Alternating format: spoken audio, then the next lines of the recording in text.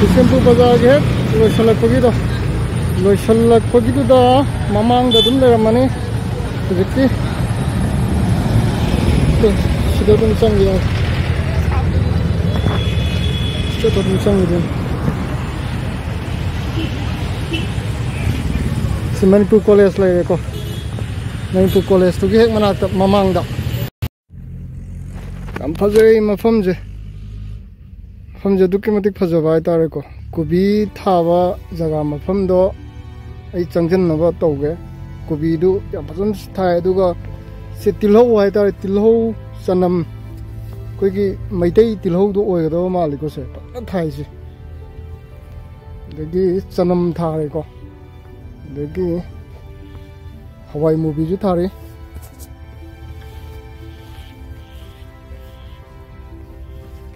Sam phazana yam sawe jaga je mafam je camera oi bagi pikpa man bagi wani yam phazana sawe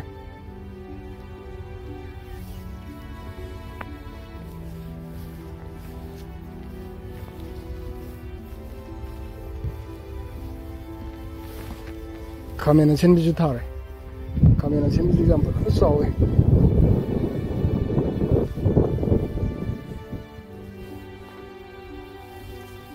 This one the canal re Hawaii Tharak jam patana thai mamang na kaino oire na low lok tribajing hai tare ne low lok tribajing oi kudin ko mangis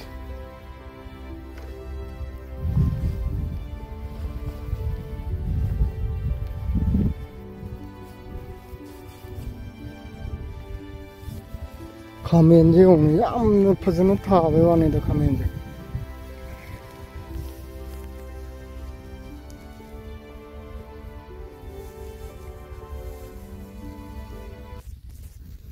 moiming je ta moiming je ongtang haibiu ne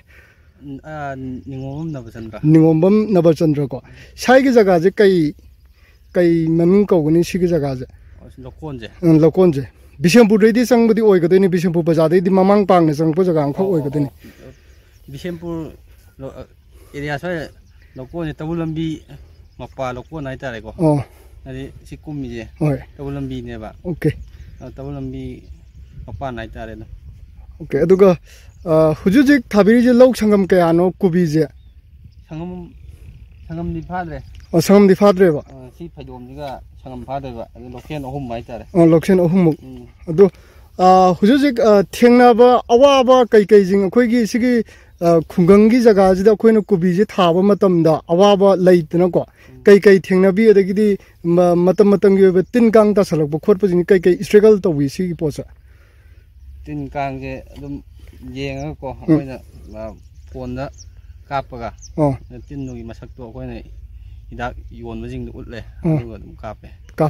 adu kubi amada lalon bigi ima gaina law gibjina ka am ki kg da chatpra adu natraga ka kg ne ba ko kg je pun na dum akoi sigum polang hai tare sida ole polang da hapya ya bana adagi akoi bora da han me ya ba haide hawai thak kum ga yum na bora da hale mai magi kaino hai tare potu gi matungin na ko potu gi matungin polang da hapya bana hapya bora da hapya bana hapya nai ole pun na dum monjau thangalaga ko monjau thangalaga se low sing kai ka jingdi mamang da dikhare uri aduga saidana hingone hena kaino to biri je hingone hena profit oibra kama na to we sigi matam ni da hingona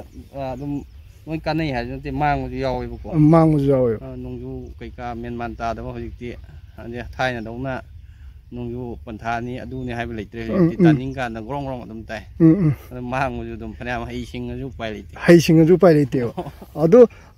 hojikse kubi khata oi kadura mathangi round jina kai thara kadabugi plan lebe thang morok tha gadene ba adu morok si kayang man kai tha da gum puthokpagi akoi gi maru ji January da hullane ba January da hullane adu si kubi ka koraga January da hullaga adagi mafam da mu koi khotla semane ba aduga March adu da thabduna tha ahum change ba tha nim khai ahum am thabje tha ahum change aduna March si tharadi June July sai de hek ko hogo do ba ꯑꯗꯣ ꯃꯌꯥꯝꯅ ꯎꯕꯤꯔꯤꯁꯦ ꯊꯥꯒꯤꯕꯒꯤ ꯑꯋꯥꯕꯗꯨꯗꯤ ꯀꯩꯁꯨ ꯎꯗꯦ ꯍꯥꯏꯗꯤ ꯃꯥꯔꯀꯦꯠꯇ ꯈꯤꯇꯪ ꯄꯨꯊꯣꯛꯑꯀꯥꯟꯗ ꯍꯥꯏꯗꯤ ꯌꯣꯟꯕꯗꯨꯗ ꯈꯤꯇꯪ ꯑꯃꯨꯛ ꯁꯤ ꯌꯥꯝꯃꯤ ꯌꯥꯝꯗꯦ ꯍꯥꯏꯕꯒꯤ ꯑꯃꯨꯛ ꯀꯩꯅꯣꯝꯈꯛ ꯑꯃꯨꯛ ꯂꯩꯔꯤꯅꯦꯕ ꯍꯥꯏꯗꯤ ꯑꯋꯥꯕꯁꯦ ꯍꯥꯏꯗꯤ ꯐꯥꯔꯃꯔꯁꯤꯡꯒꯤ ꯑꯋꯥꯕꯁꯦ ꯑꯗꯨꯛꯀꯤ ꯃꯇꯤꯛ ꯂꯩꯅ ꯍꯥꯏꯖꯔꯤꯕꯀꯣ ओके अदु तादी मोरक से केजी द क्या क्या हम के सांगदी जोन गे कोई ममांग सहीदा अदो कहदी लौजे संगम अमा थाबा मतम ता कनोजे अखोइगी मोरक से प्रॉफिट क्या हम सिमाइना ओइबगा जाओगे असि हाइब ngamde मांगमु यावे तोंगु यावे मतम मतम गिनेबको मतम मतम अदो अदि ngasai moi mapalon ni pusilakpa kano lot lot pusilakpa je Nasi pusala dia dom poti hong e boko adi sujara gaju poto mu hong na mu kaino mu tau ni na khoi da awaman do hanjan de ba mang mu jaw to mu jaw ma palo nei pot pusala ku je he au mem pusala di khoi da di ya de fen oi re ba adu hujik tangai mak phadana matam matam gi oina simaina farmer gi awa hai da re ne ko nungai taba hena lenga ki maikai de gi ju to honing ba loan gi kai gi khudong jabudi lei gi bra kama kama na taw ai loan di laude loan laude di modo ngasai pot no mang ra kan da sing na bona da mi loan di sing da ya da mina adu sing na bona da okay laude okay na wa na hona ra ko sura no maga adum tek tek adum अदुनो क्वाइदगी फव पुंसिगी महिंग ने आइगी side तगी सुमाइना हाइजगे अदुगा आइना सोंद लाक्सनिंग जे कय हातारे हुजिक से लोय लोयग्रब मतुंग the क्वाइदगी मरु ओइबा क्वाइदगी मयामना सिगी मफम जिदा profit क्वाइदगी लैना उनब पोसि करी इंजांग ना पिदो ओइ कने मदु HYBE ngamde di hongwa chawa pot ama katang da target leibi yade di sai khamen पैसा फंगे खमेन ngak थारदि खमेन ngak चाया पोते मनोंदा आनो पोचे असिना तांगी सिना प्रॉफिट लै हाइबदि होय लैदि लै खमेन सिनमजे संगमम थाबा कांदको दाव यारदि लाख 30 मुक्ति दम फंगेबा 5 साइना लाख 30 मुक्ति फंगेबको आदो दाव याद्रगदि मांगु यावे सेम कांदा खमेन सिनमैदि चै लैबने पुंखतपने मखोंग दैनेबा सेमकदि पुन पुनदना खुलंग याम चंगे संगमम उगांदा मैक्सिमम लिसिंग यांखै दैना ला अमुक्ति चंगेबा ओ अदुनो दुम इमुंग मनुंग जु पुनरिबनेबा साइड लैनरिबा कांगु जे बाय चांस कैगुम अदुगी थबक्तुनो तौबो ओइतारगदि अदु माजे अखोइगी हारगी कैगी जे अखोइगी संथि उयुंग कैका जिंग जे हाप्रा कमा कमाइन तौय माजे हेक ngसाइगी हाइबिरिबा पिंगाइदगी माजे संथि चाइबजु यावेबको संथि चाइबजु यावे अदु हौजिकती सन लोइबो कोटपजे का हेन तोंगद्रमिना अयामा संथीदी का हेनदि तोंगदि हानु जेपी अदगी यूरिया पोटास अदुम योलिजिंगे अयाम तौय अखोय फंगगदि अदुनबुदि बेसने अदो संजे हौजिकती का हेन लैनद्रमिना सन लोकेन गी सन जो दुकी मतिक मांगजले हौजिकी चना कांगलो नायगद्र कैनो इपा इपुगी हक्तक किदुगा यामन खेनाबम खक्दि ओइरे सिजु अचौबो मांगजबम खंगनेना हाइजेगे दुगा तसेना ngसाइगी अखोइगी खामेन सिनबिदो मा मपुंग फरक नबो होनाबदा अखोइगी खुलंगना अखोइगी नेकपा मी नेकपजे अखोइ अयुम नेकपदा लुपा कयाम गी सांग मीमददि सिमाइना पिने अयुमदा नुपाना नुपा चहुम अदगी नुपीना अयुमदा लुपा चामें खैदेन चनीबो ओ मखोंग कै काजिंगे शेंगदोइनेबा शेंग खोटपा यान खोटपा लोइना ने अदुगा मयाम उबिरिसिना मार्केट पुथोकांदा अंगांग गथं तारकांदा लेरमबु अदु खतनेबा मयाम उबिरिसे हाइदि हरकपदगिना कैनो दुबुगदि मपुंग फरकपदुबुगदि अवाबा दो थेंनाबा जिंग हाइ तारे अदु मरकतुदा आइना खितंग खंजनिंगि अखोइ साइ इसिंग माइसिंग जु खरो वाबा माले इसिंगदि हाइदि पुखि जु लैबा नते अदु लोकतै लौब्रा कमा माइ तौय लोकतै लौय हजिसि पुरा प्रॉब्लम ने दि चिंगना जु अखोइ नवाइ मतम फरिकानदि चिंगनगी दुम थाब चलेबको अदु हजिकती चिंगना जु का याद्रे अस इंसांग बि थाबदि हजिकती इंथमदा हजिक ओइसला क्रमनिना हजिकसे इसिंगी प्रॉब्लम ने हजिक याम मरु ओइ अदुना गुहागुमको सरकारगी कैनो हाइतार सर्वे मुक लागा येंगी कई वाली खोले न तोरदि खितंग नुवाइन खलेदि sai इसिंग कैका चिंगदा कादौदो काद्रे अदुगा अखोइगी ꯇꯤꯞ ꯋꯦꯜ ꯍꯥꯏꯇꯥꯔꯦꯅꯦ ꯌꯥꯝ ꯆꯥꯎꯗ꯭ꯔꯁꯨꯀꯣ ꯂꯝ ꯃꯥꯡꯗꯕꯤꯗ ꯂꯨꯅ ꯇꯧꯊꯔꯒ ꯑꯩꯈꯣꯏꯒꯤ ꯇꯨꯂꯨꯒꯨꯝꯕ ꯆꯤꯡꯈꯠꯂꯒ ꯁꯄ꯭ꯂꯥꯏ ꯇꯧ ꯉꯝꯃꯗꯤ ꯄꯨꯔꯥ ꯕꯦꯁ ꯑꯣꯏꯅꯦꯕ ꯍꯧꯖꯤꯛꯁꯦ ꯇꯁꯦꯡꯅꯃꯛꯇ ꯍꯥꯏꯔꯀꯥꯟꯗ ꯏꯔꯝꯗꯝꯁꯤꯒꯤ ꯑꯣꯏꯅ ꯂꯥꯟ ꯑꯆꯧꯕ ꯑꯃꯈꯛꯁꯨ ꯇꯧꯔꯤꯕꯅꯤꯅ ꯍꯥꯏꯗꯤ ꯑꯋꯥꯕꯁꯦ ꯍꯥꯏꯗꯤ ꯐꯥꯔꯃꯔꯁꯤꯡꯗ ꯏꯁꯤꯡ ꯌꯥꯎꯗ꯭ꯔꯒꯗꯤ ꯄꯣꯠꯁꯦ ꯇꯣꯇꯦꯂꯤ ꯐꯦꯜ ꯑꯣꯏꯕꯒꯤ ꯄꯣꯠ ꯑꯃꯈꯛꯅꯦ ꯑꯗꯣ ꯋꯥꯔꯤꯈꯩꯁꯨ ꯍꯣꯠꯅꯔꯅꯤꯀꯣ ꯑꯗꯨꯒ ꯑꯗꯒꯤ hꯧꯖꯤꯛ ꯃꯇꯝนี้ꯏꯔꯥꯡꯒꯤꯒ ꯍꯥꯏꯔꯗꯤ ꯕꯟ ꯑꯃꯨꯛ ꯇꯧꯁꯜꯂꯣ ꯄꯣꯠꯁꯤꯡꯁꯦ ꯑꯃꯨꯛ ꯂꯣꯏ ꯌꯣꯟ ꯌꯥꯗꯅ ꯃꯥꯡꯒꯗꯣꯏꯅꯤ ꯍꯥꯏꯗꯤ ꯃꯥ ꯉꯁꯥꯏꯒꯤ ꯃꯅꯥ ꯃꯁꯤꯡ ꯑꯣꯏꯕꯅꯤꯅ ꯀꯨꯏꯅ ꯄꯟꯊꯔꯀꯥꯟꯗꯁꯨ ꯀꯥꯡꯒꯗ ꯊꯝꯕꯗ ꯀꯨꯏꯅ ꯊꯝꯕ ꯌꯥꯕ ꯄꯣꯠ ꯅꯠꯇꯦꯅ ꯍꯥꯏꯕꯀꯣ ꯑꯗꯨꯒ ꯍꯧꯖꯤꯛꯀꯤ ꯇꯉꯥꯏꯃꯨꯛ ꯐꯗꯅ ꯃꯔꯤ ꯂꯩꯅꯕ ꯗꯤꯄꯥꯔꯠꯃꯦꯟꯅꯁꯨ ꯁꯨꯡꯁꯣꯏ ꯁꯣꯏꯗꯅ ꯌꯦꯡꯁꯤꯟꯕꯤꯔꯛꯀꯅꯤ ꯍꯥꯏꯕꯒꯤ ꯊꯥꯖꯕꯁꯨ ꯂꯩꯖꯩ ꯍꯥꯏꯗꯤ ꯐꯥꯔꯃꯔꯁꯦ ꯏꯁꯤꯡꯁꯦ ꯌꯥꯎꯗ꯭ꯔꯒꯗꯤ ꯇꯣꯇꯦꯂꯤ ꯄꯥꯝꯕꯤ ꯅꯥꯄꯤꯁꯤꯡꯗ ꯍꯥꯏꯗꯤ ꯍꯤꯟꯖꯥꯡ ꯅꯥꯄꯤ ꯀꯩꯀꯥꯁꯤꯡꯁꯦ ꯂꯣꯏꯅꯃꯛ ꯁꯣꯏꯔꯛꯀꯗꯕꯒꯤ ꯑꯆꯧꯕ ꯑꯃꯈꯛꯅꯦꯅ ꯑꯩꯒꯤ ꯁꯥꯏꯠꯇꯒꯤꯁꯨ ꯁꯨꯃꯥꯏꯅ ꯍꯥꯏꯖꯒꯦ ꯑꯗꯨꯒ ꯍꯧꯖꯤꯛ ꯂꯥꯁ ꯑꯣꯏꯅ ꯂꯥꯛꯆꯅꯤꯡꯉꯤꯁꯦ ꯑꯩꯈꯣꯏ ꯁꯤꯒꯤ ꯃꯐꯝꯁꯦ ꯑꯩꯈꯣꯏꯒꯤ ꯊꯥꯏꯅꯗꯒꯤ ꯑꯗꯨꯝ ꯍꯤꯟꯖꯥꯡ ꯅꯥꯄꯤꯁꯦ ꯑꯗꯨꯝ ꯇꯧꯔꯛꯄ꯭ꯔꯥ ꯑꯗꯨ ꯅꯠꯇ꯭ꯔꯒꯅ ꯂꯧꯁꯤꯡꯁꯦ ꯇꯣꯛꯊꯣꯛꯈ꯭ꯔꯀꯥꯟꯗ ꯑꯩꯈꯣꯏꯒꯤ ꯍꯤꯟꯖꯥꯡꯗ ꯉꯥꯛꯇ ꯑꯣꯏꯅ ꯑꯩꯈꯣꯏ ꯁꯤꯗ ꯑꯣꯏꯅ ꯄ꯭ꯔꯥꯏꯌꯣꯔꯤꯇꯤ ꯑꯣꯏꯅ ꯇꯧꯈꯤꯕ꯭ꯔꯥ ꯀꯃꯥꯏꯅ ꯇꯧꯕꯤꯒꯦ ꯏꯟꯁꯥꯡꯁꯦ ꯑꯗꯨꯝ ꯊꯥꯏꯅꯗꯤ ꯑꯗꯨꯝ ꯁꯨꯃꯥꯏꯅ ꯄꯥꯛꯇꯛꯅꯅꯗꯤ ꯇꯧꯔꯝꯗꯦ ꯍꯧꯖꯤꯛ ꯇꯧꯔꯛꯏꯁꯤꯅ ꯉꯁꯥꯏꯒꯤ ꯃꯤ ꯌꯥꯝꯈꯠꯂꯛꯄꯅꯤꯅ ꯆꯥꯗꯕꯗꯤ ꯌꯥꯗꯕꯅꯤ나 ꯁꯨꯝ ꯇꯦꯛ ꯇꯦꯛ ꯂꯧꯁꯨ ꯑꯗꯨꯝ ꯎꯏ ꯑꯗꯒꯤ ꯏꯟꯁꯥꯡ ꯅꯥꯄꯤꯁꯨ ꯊꯥꯗ ꯌꯥꯗꯕꯅꯤꯅ ꯑꯗꯨꯝ ꯊꯥꯔꯦ ꯍꯥꯏꯗꯤ ꯃꯤ ꯌꯥꯝꯁꯜꯂꯛꯄꯩ ꯃꯇꯨꯡ ꯏꯟꯅꯀꯣ ꯏꯟꯁꯥꯡ ꯅꯥꯄꯤꯁꯨ ꯃꯔꯨꯅꯤ ꯍꯥꯏꯕ ꯆꯦꯡ ꯈꯛꯇꯅ ꯌꯥꯗꯦꯗꯅ ꯆꯦꯡ ꯈꯛꯇꯅ ꯌꯥꯗꯦꯕ ꯍꯤꯟꯖꯥꯡ ꯅꯥꯄꯤꯁꯨ ꯌꯥꯎꯗꯕꯗꯤ ꯌꯥꯗꯦꯕ ꯇꯉꯥꯏꯃꯛ ꯐꯗꯅ ꯃꯔꯛꯇꯨꯗ ꯑꯃꯨꯛ ꯑꯩꯅ ꯁꯨꯝ ꯍꯥꯏꯖꯅꯤꯡꯕ ꯑꯩꯈꯣꯏ ꯐꯗꯤꯒꯣꯝ ꯑꯗꯒꯤꯗꯤ ꯇꯤꯜꯍꯧ ꯀꯩꯀꯥ ꯃꯇꯝꯒꯤ ꯑꯩꯈꯣꯏꯒꯤ ꯃꯩꯇꯩꯒꯤ ꯏꯄꯥ ꯏꯄꯨꯅ ꯊꯥꯏꯅꯗꯒꯤ ꯆꯥꯔꯝꯕ ꯄꯣꯠꯁꯤꯡꯁꯦ ꯑꯗꯨꯃꯛ ꯁꯤꯒꯤ ꯂꯩꯔꯤꯕ ꯈꯨꯟꯖꯥꯁꯤꯡꯁꯤꯁꯨ ꯑꯗꯨꯝ ꯊꯥꯕꯤꯕ꯭ꯔꯥꯀꯃꯥꯏꯅ ꯇꯧꯋꯤ ꯇꯤꯜꯍꯧꯗꯤ ꯑꯩ ꯁꯤ ꯊꯥꯔꯤꯁꯦ ꯇꯤꯜꯍꯧ ꯁꯤꯁꯦ ꯁꯤꯁꯦ ꯑꯩ ꯀꯩꯅꯣꯅꯦ ꯃꯩꯇꯩ ꯇꯤꯜꯍꯧꯗꯤ ꯃꯃꯥꯡ ꯊꯥꯔꯝꯃꯦ ꯑꯗꯣ ꯑꯩꯅ ꯗꯨꯀꯥꯟꯗꯒꯤ ꯃꯔꯨ ꯂꯧꯔꯒ ꯑꯩꯈꯣꯏꯒꯤ ꯗꯨꯀꯥꯟ ꯇꯤꯜꯍꯧ ꯑꯆꯧꯕꯤꯗꯨ ꯑꯗꯒꯤ ꯆꯅꯝꯁꯨ ꯂꯩꯁꯦ ꯑꯁꯤꯅ ꯌꯣꯟꯅꯕꯩꯗꯤ ꯅꯠꯇ꯭ꯔꯦ ꯌꯨꯝꯒꯤꯀꯣ ꯌꯨꯝꯒꯤ ꯇꯉꯥꯏꯃꯛ ꯐꯗꯅ ꯆꯅꯝ ꯇꯤꯜꯍꯧꯁꯦ ꯆꯪꯗꯕ ꯌꯥꯗꯕꯅꯤꯅ ꯑꯗꯣ ꯆꯅꯝ ꯇꯤꯜꯍꯧꯁꯦ ꯑꯩꯈꯣꯏꯅ ꯁꯨꯃꯥꯏꯅ ꯐꯩꯗꯣꯝ 3-4ꯃꯨꯛ ꯊꯥꯕꯁꯦ ꯁꯤ ꯀꯦꯖꯤꯗ ꯀꯌꯥꯃꯨꯛꯀꯤ ꯆꯥꯡꯗꯤ ꯌꯣꯜꯂꯦ ꯁꯤꯗꯤ ꯌꯣꯟꯗꯦ ꯏꯁꯤꯡ ꯁꯤꯗꯤ ꯌꯥꯝ ꯆꯪꯉꯦꯕꯀꯣ ꯑꯗꯨꯅ ꯑꯩꯈꯣꯏꯅ ꯏꯁꯤꯡ ꯆꯥꯏꯕ ꯉꯝꯕꯒꯤ ꯆꯥꯡ ꯍꯥꯏꯇꯥꯔꯦ ꯑꯗꯣ ꯑꯩ ꯉꯁꯥꯏ ꯍꯥꯏꯕꯗꯣ ꯇ꯭ꯌꯨꯕꯋꯦꯜꯒꯨꯝꯕ ꯂꯝ ꯌꯥꯝ ꯀꯟꯗꯕꯤꯗ ꯃꯤ ꯃꯌꯥꯝ ꯂꯣꯏ ꯁꯤꯖꯤꯟꯅꯕ ꯌꯥꯕ ꯇꯨꯂꯨꯒꯨꯝꯕ ꯆꯤꯡꯈꯠꯂꯒꯅꯦ ꯑꯗꯨ ꯁꯤꯖꯤꯟꯅꯕ ꯌꯥꯔꯒꯗꯤ ꯉꯁꯥꯏꯒꯤ ꯇꯤꯜꯍꯧꯒꯨꯝꯕ ꯆꯅꯝꯒꯨꯝꯕꯁꯦ ꯃꯄꯥꯟꯂꯣꯝꯗ ꯄꯨꯁꯤꯜꯂꯛꯇ꯭ꯔꯒꯁꯨ ꯑꯗꯨꯝ ꯏꯔꯥꯏ ꯂꯥꯏꯅ ꯉꯝꯅꯤ ꯍꯥꯏꯇꯥꯔꯦ ꯑꯗꯣ ꯁꯤꯗꯤ ꯁꯨꯝ ꯌꯨꯝꯒꯤ ꯅꯨꯡꯇꯤꯒꯤ ꯑꯗꯨꯝ ꯆꯪꯕꯅꯤꯅꯀꯣ ꯇꯤꯜꯍꯧ ꯆꯅꯝꯁꯦ ꯉꯁꯥꯏꯒꯤ ꯃꯃꯜ ꯌꯥꯝ ꯄꯤꯗ꯭ꯔꯒꯁꯨ ꯅꯨꯡꯇꯤꯒꯤ ꯑꯗꯨꯝ ꯆꯥꯏ ꯍꯥꯏꯇꯥꯔꯦ ꯑꯗꯣ ꯁꯤ ꯑꯃꯗꯤ ꯁꯦꯞ ꯑꯣꯏꯔꯗꯧꯅꯦ ꯑꯗꯣ ꯍꯥꯏꯗꯤ ꯍꯧꯖꯤꯛ ꯑꯩꯅ ꯁꯣꯝꯗꯁꯨ ꯍꯪꯖꯅꯤꯡꯉꯤꯁꯦ ꯑꯩꯈꯣꯏꯒꯤ ꯌꯨꯠꯁꯤꯡꯁꯦ ꯃꯃꯥ ꯃꯄꯥꯅ ꯂꯝꯇꯨꯗꯤ ꯌꯥꯝ ꯂꯩꯕ ꯑꯗꯨꯒ ꯑꯩꯈꯣꯏꯒꯤ ꯁꯨꯃꯥꯏꯅ ꯊꯕꯛ ꯐꯪꯗ꯭ꯔꯦ ꯍꯥꯏꯗꯅ ꯀꯪꯉꯥꯎꯅꯗꯅ ꯂꯩꯕ ꯑꯗꯩ ꯍꯤꯟꯖꯥꯡ ꯅꯥꯄꯤꯁꯤꯗ ꯊꯥꯕꯗ ꯑꯗꯨꯝ ꯉꯁꯥꯏꯒꯤ ꯁꯣꯝꯅꯁꯨ ꯍꯥꯏꯕꯤꯈꯤꯕ ꯑꯩꯈꯣꯏꯒꯤ ꯈꯥꯃꯦꯟ ꯑꯁꯤꯟꯕꯤꯗꯨ ꯊꯥꯕ ꯃꯇꯝꯗ ꯄ꯭ꯔꯣꯐꯤꯠꯇꯨ ꯁꯨꯛꯀꯩ ꯂꯩꯌꯦꯅ ꯍꯥꯏꯕ ꯑꯃꯈꯛ ꯍꯥꯏꯕꯤꯈꯤꯕ ꯑꯗꯨ ꯇꯁꯦꯡꯅ ꯌꯨꯠꯁꯤꯡꯁꯤꯗ ꯂꯝꯗꯤ ꯂꯩꯖꯔꯒ ꯃꯣꯏꯁꯦ ꯁꯨꯐꯝ ꯅꯣꯐꯝ ꯈꯪꯗꯕ ꯑꯗꯒꯤꯗꯤ ꯑꯩꯈꯣꯏꯒꯤ ꯇꯧꯔꯒꯁꯨ ꯃꯥꯏ ꯄꯥꯛꯑꯣꯏ ꯀꯥꯏ ꯍꯥꯏꯕꯒꯤ ꯃꯣꯏꯒꯤ ꯌꯥꯝꯅ ꯅꯦꯒꯦꯇꯤቭ ꯊꯤꯡꯀꯤꯡꯁꯤꯅ ꯍꯦꯟꯅꯁꯨ ꯂꯩꯕꯁꯦ ꯌꯨꯠꯁꯦ ꯑꯅꯝꯕꯅ ꯑꯣꯏꯕ꯭ꯔꯥꯅ ꯈꯜꯂꯦꯕꯀꯣ ꯑꯗꯣ ꯊꯕꯛꯇꯤ ꯇꯧꯗ꯭ꯔꯗꯤ ꯈꯪꯉꯣꯏ ꯃꯁꯥꯅ ꯍꯣꯠꯅꯗꯕꯩꯅꯦ ꯑꯗꯣ ꯂꯝ ꯂꯩꯅ ꯑꯗꯨꯝ ꯌꯦꯡꯉꯒ ꯋꯥꯈꯜ ꯄꯪꯈꯟ ꯈꯜ ꯂꯩꯔꯗꯤ ꯑꯣꯏꯔꯣꯏꯕꯀꯣ ꯇꯁꯦꯡꯅ ꯑꯗꯨꯝ ꯐꯤꯜꯁꯤꯗ ꯀꯨꯝꯊꯕ ꯑꯃ ꯃꯊꯧ ꯇꯥꯏ ꯑꯗꯨ ꯀꯨꯝꯊꯔꯀꯥꯟꯗꯨꯗꯅꯦꯕ ꯃꯥ ꯉꯁꯥꯏꯒꯤ ꯁꯨꯡꯁꯣꯏ ꯁꯣꯏꯗꯅ ꯄ꯭ꯔꯣꯐꯤꯠꯁꯦ ꯑꯁꯨꯛꯀꯤ ꯃꯇꯤꯛ ꯂꯥꯛꯀꯅꯤ ꯍꯥꯏꯕꯁꯦ ꯂꯥꯛꯀꯅꯤ ꯁꯤꯅꯦꯕ ꯁꯣꯝꯅꯁꯨ ꯍꯥꯏꯕꯤꯔꯤꯕ ꯄꯣꯠꯁꯦ ꯍꯥꯏꯗꯤ ꯁꯨꯗꯅꯗꯤ ꯅꯨꯡꯉꯥꯏꯕ ꯌꯥꯔꯣꯏ ꯍꯥꯏꯕ ꯄꯣꯠ ꯑꯃꯈꯛꯁꯨ ꯍꯥꯏꯕꯤꯔꯤꯀꯣ ꯋꯥꯈꯜ ꯈꯟꯕꯅꯗꯤ ꯑꯣꯏꯔꯣꯏ ꯑꯣꯀꯦ ꯑꯗꯨꯒ ꯍꯧꯖꯤꯛꯁꯦ ꯁꯥꯏꯒꯤ ꯀꯩꯅꯣꯁꯦ ꯑꯩꯈꯣꯏꯒꯤ ꯂꯩꯔꯤꯕ ꯁꯤꯆꯨꯋꯦꯁꯟꯁꯦ ꯏꯔꯥꯡ ꯀꯩꯀꯥ ꯑꯃꯁꯤꯡꯁꯤꯗꯤ ꯀꯩꯁꯨ ꯊꯣꯏꯗꯣꯛꯄ ꯂꯩꯇꯕ꯭ꯔꯥ ꯑꯗꯨꯝ ꯏꯪꯅ ꯆꯤꯛꯅꯗꯤ ꯌꯥꯝ ꯂꯩꯔꯝꯒꯗꯧꯗꯤ ꯃꯥꯜꯂꯤ ꯖꯒꯥꯁꯦ ꯏꯪꯁꯨ ꯌꯥꯝ ꯏꯪꯉꯦ ꯑꯗꯣ ꯑꯁ ꯂꯩꯌꯦꯗꯤ ꯍꯧꯖꯤꯛ ꯏꯔꯥꯡꯁꯤꯗ ꯃꯤ ꯑꯃꯅꯤ ꯍꯦꯛ ꯍꯥꯠꯄ ꯍꯧꯔꯛꯄꯗ ꯑꯗꯨꯝ ꯕꯟꯅꯦꯅ ꯈꯨꯗꯛꯇ ꯑꯗꯨꯝ ꯊꯨꯒꯥꯏꯔꯒ ꯂꯣꯏ ꯃꯥꯡꯉꯦ ꯑꯗꯨꯗꯨꯅ ꯄꯣꯠꯁꯦ ꯑꯩꯈꯣꯏꯁꯨ ꯌꯣꯟꯐꯝ ꯈꯪꯗ꯭ꯔꯦ ꯍꯥꯏꯇꯥꯔꯦ ꯌꯣꯟꯐꯝ ꯈꯪꯗ꯭ꯔꯦ ꯊꯥ 2 ꯆꯥꯔ ꯍꯨꯟꯕꯗꯒꯤꯅ ꯄꯣꯠ ꯂꯣꯛꯄ ꯐꯥꯎꯁꯦ ꯊꯥ 4ꯃꯨꯛ ꯆꯪꯉꯦꯕ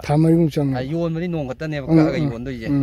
ꯅꯣꯡ ꯈꯛꯇꯪꯗꯨꯗ ꯕꯟ ꯊꯣꯛ ꯇꯧꯁꯟꯈ꯭ꯔꯗꯤ ꯅꯍꯥꯟꯒꯩ ꯊꯥ 4 ꯆꯪꯅ ꯃꯇꯝ ꯃꯥꯡꯉꯛꯏꯗꯣ ꯑꯩꯈꯣꯏꯗꯗꯤ ꯌꯦꯡꯉꯨ ꯃꯇꯝꯗꯣ ꯍꯥꯏꯗꯤ ꯊꯥ ꯃꯌꯥꯝ ꯑꯃ ꯈꯥꯡꯉꯒ ꯏꯁꯤꯡ ꯆꯥꯏꯔꯛꯏꯅꯤ ꯑꯗꯒꯤꯗꯤ ꯈꯨꯂꯪ ꯅꯦꯛꯑꯀꯥꯟꯗ ꯇꯧꯔꯛꯏꯕ ꯄꯣꯠꯇꯣ 1 ꯗꯦꯗ ꯌꯣꯜꯍꯧꯒꯗꯣꯏꯅꯤ 1 ꯗꯦꯗ ꯌꯣꯟꯒꯗꯣꯏꯕ ꯄꯣꯠꯇꯣ ꯕꯟ ꯇꯧꯁꯟꯈ꯭ꯔꯒꯗꯤ ꯐꯥꯔꯃꯔꯁꯤꯡꯗ ꯑꯗꯨꯛꯀꯤ ꯃꯇꯤꯛ ꯑꯋꯥꯕ ꯂꯩ ꯍꯥꯏꯕꯅꯦꯕ ꯑꯗꯨ ꯌꯥꯔꯤꯃꯈꯩ ꯏꯔꯥꯡꯁꯤꯁꯨ ꯂꯦꯞꯈꯤꯕ ꯑꯣꯏꯔꯖꯅꯣꯅ ꯑꯩꯒꯤ ꯁꯥꯏꯠꯇꯒꯤꯁꯨ ꯁꯨꯃꯥꯏꯅ ꯍꯥꯏꯖꯒꯦ ꯑꯗꯨꯒ ꯍꯧꯖꯤꯛꯁꯦ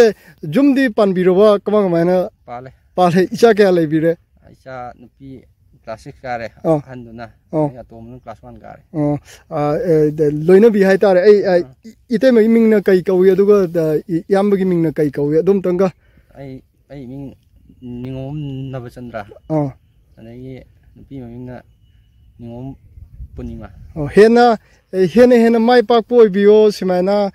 farmer jing ju dukimatik akoina nungsijai adi farmer leitragadi akoina ngasi iron bada thaiba maroi mapang jing ju saba phangoi na aigi saite gi simaina haijage farmer jing ge tangai mu phadana farmer ji maru oena aigi saite gi haijage duga ngasi simaina unajari ba yamba ju hena mai pak pa hena chokhat pa mana masing puthok put ena afabadu oijano na aigi saite gi simaina haijage aiju kobi amtang akhoi yamji manakte inaraga kobi amtang di laijagi ge magi smaina tawuji yamna pamjaba haitare phajana di thai magi je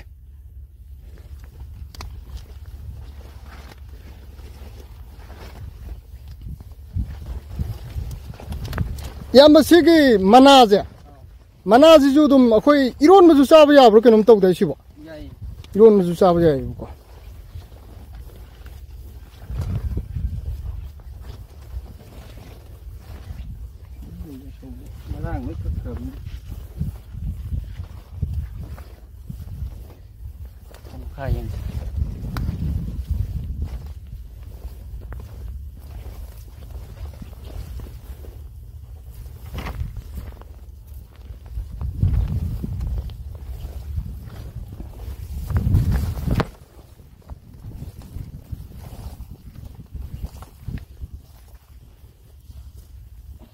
ya muk chang ka lo ame to jai khara dum phajaro de nate da kubi masung kya muk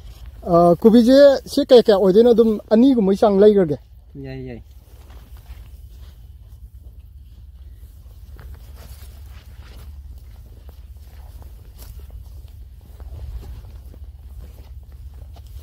kubi je mayam ndi ko achou je yeng bada di phajaba aduga lai bai chang di sugum medium size kai tare ni pam ba pam di sai mayam chaw le chalo ga imung apik ko oi chaw do oi di pha ba imung ma cha di kobi do ga chaning te na amuk she ma ga ma ga mang ya na cha ma size ising ju dum ising yaudra ga di muk ja roi dri mini si jo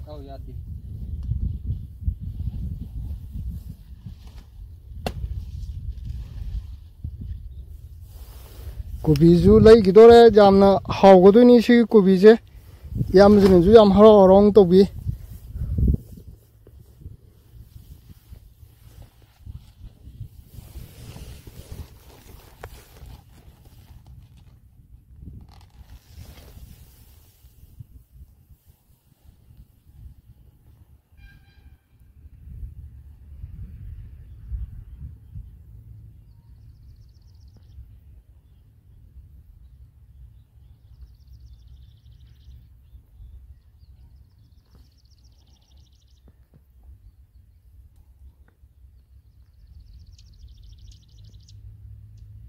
yambaji he ko kobi je chinaw mayam sum farmer jing je ainu jam nungsi je bai tare moi je mukhoina thabi ba wabi ba natragadi aigi imung de ju hinjang morok tomang met pada akhoi gi kaino je tilho machel ama de phadigo ma jawdragadi koi chaabda nungai te haidi ngari ga morok ka do kang met pada ga ju how was oidi na isma haja ke do si yam organic su am oil ne du go yam no jo ina jo am pam do oi ba hai ta si ki pose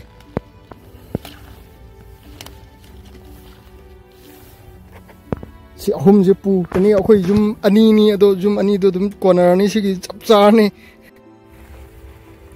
to asma pham je am phajai ko apham imalam dam lamnung si je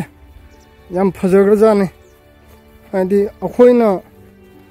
subu nomagi culture ji ju sum mangi ko o sina kubi phul oidine ba sina kaino kayam wali sidi lokada ba kai thada gum mapung pha gane 디셈버도 좀 깎거든요. 시기 고비 풀제 아마지는 기지 깨암 기상 따가네. 기지 아마 따바 뭐 카이 따바 안데 기지 뭐 카이 따바 기지 뭐 카이로 해란. 기지 뭐 카이로 해라네요. 시주 따라이 또기는데 굴렁 매암 상이 굴렁두기 마탁도 뭐 거기 그이 하다래 하르 그까진 좀 하박거든요. 아도 산티 그까진들이 요즘 방드럼이나 좀 마켓에 케미컬 기타 잔답도 야답니나 케미컬 주 기타 잘해보고. 그래서 마밤비 저랑은 그냥 오이거든 말이지 구비자. 풀자. 리싱아니제 선하간다 호직은 사 하이비기도 기지데 그야 하이브노. 아두디 마땀 두기네요. 아이죠. 아도 리싱아니제 루파 꾼꾼당 파우더 배사지 아둠 저웨 아도 슈르가디 중요해드나 방도이니 해버지네바. 칼레디 야로이. 아도 시 마망기지는 미기 오이거든요. 마망기는 미기 오이더니 그 시제 리싱아니네요, 브라. 시 파이도면 리싱아니. 아저기 시 고빌레이지나 리싱마리 오이더니 버시나. 망아봉야 오이더니. 잠덥디나데 빠좀디 잠이고. 하이디 손다는 무구직시 까이니버 타락거든요. 알루 아베사비 딴 그래. 알루 아베사비 딴 그래. 라즈마 타지라 와이트락 타지라 칼리. 아두기 뭐 그노도 뭐 락사게 뭐 하이디 아노와 하이디 핵쁘기 타이밍 타락쁘기 타이밍 그가도 뭐 락사게 뭐 두기 타이밍도 얌나 퍼져봐 하이다래고 뭐 펌제 아이기 사이트기주 얌나 이암버지나 떠롬미버 신펌제 이라이라이브디 오이데 아도 이암버지나 더위제 कोई ma'am high तार कोई प्रजा ma'am जो फार्मर्जिंग जे सौगटपीब थौना हेन हापीब मथौ ताई हाइदि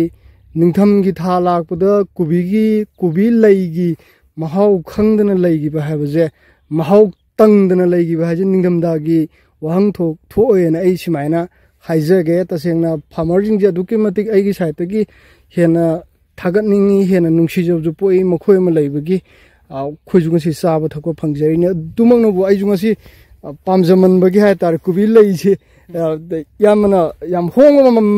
ममंदी हाइजा रोइगे हाइदि याम Hong ममंदा पिबिबा हायतारे असिगी दमदजु यामसे ai hainai letana thagachari ado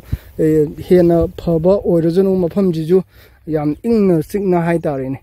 yam ingsi mafam je hoi yam ingba chikpa mafam khak oi sigi jaga je chinau mayam chinau go chunongma adum koithok piro di Bisempur gi hek mamang da tabul lambi chatkhibudugi tabul jo phatringai haitare ko Bisempur mamang da akhoi gi tabul gi parking leibududagi adum changba jai sigi jaga je mana masing kai ka jing je mamang du jam thari na hai ado mamang du ai nongma laaga video lona bi tanja da logjage haidi sigi khungang jigi leibiriba ipa isa ande ima mayama ma leiriba ichinau mayam goi je thabak na oina punsi oi jaba yam icham cham na leijaba lamdam ama khangne na aigi side ge haijage yamna mi jingje ayukta subo nomba dagi masagi lamjingje amta manghandaba dagi saru ga je loimak mafam cha cha na ju thamme se matungina se mai thado ga mu akhoi gi hangam mu hullaga mu hangam dong lo ga mu asathaw mu puthokpagi kano system ju sungjoi soidana torong ne na khalle aduna tragana saru jingje pukhallaga jumgi sanna jingda aduna tragana hingon jingda kaida hapadu ju yamna kanaba amakhaksu oi sigi kano je saru je hangam puno hapilora yai hangam ju mapunu happy dore yamjina lo chena chinau go jong tang lengthok piro yam nuai ba hai tare mafam je mamang ju khamena sinbi ju thari ai khamena sinbi gi ju ai thokhibda ai video mate amtang logjage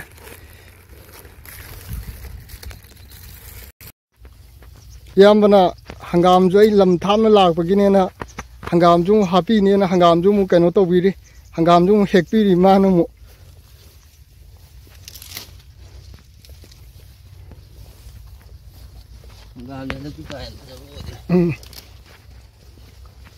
mang thì phải cho kim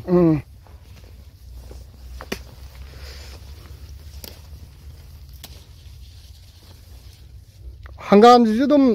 마기 조리지도 로이면 타락비네요. 진짜 고사하기 하이따래.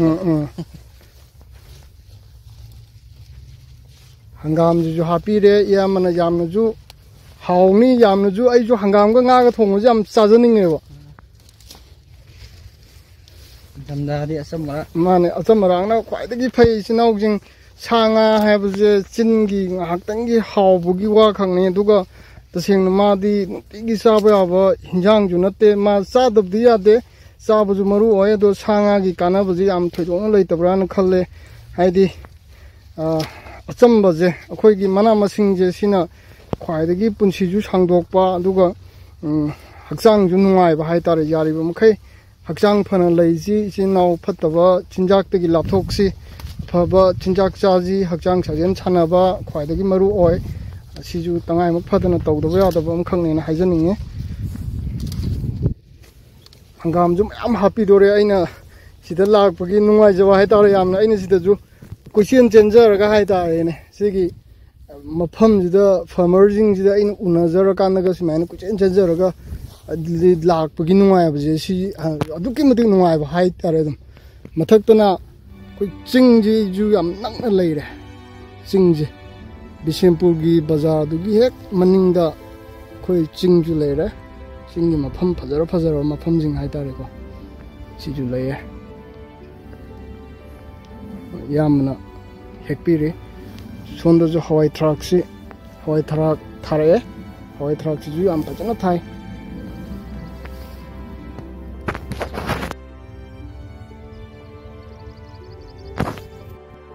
यामना पुक्चेप तो पार काना हंगाम पुरई जो याम नुंसीबा हाइतारे पुक्चेप तो पार हंगाम हेकपिरि यामना आइगी चानाबा महाउ जेउ सोना हंगाम जो असि याम चावबुसु हाउतबने हंगाम जे खितंग पिकटक तौबुजुने महाउ लैबा हंगाम जो हापीरे हंगाम अश्याम चारनी याम थागतचरी ngसागी खामेन असिनबिदो मोइजे याम फजना थाए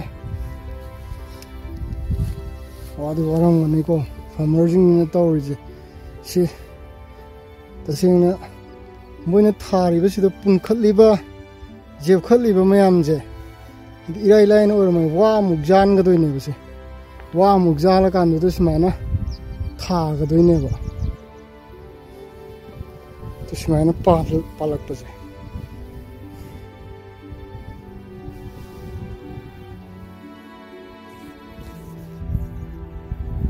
यामबसु लेहौरे माजु यामबसु आदा लेहौरे थबक याम फैये थबक फजन सुबा हाइतारे अदुम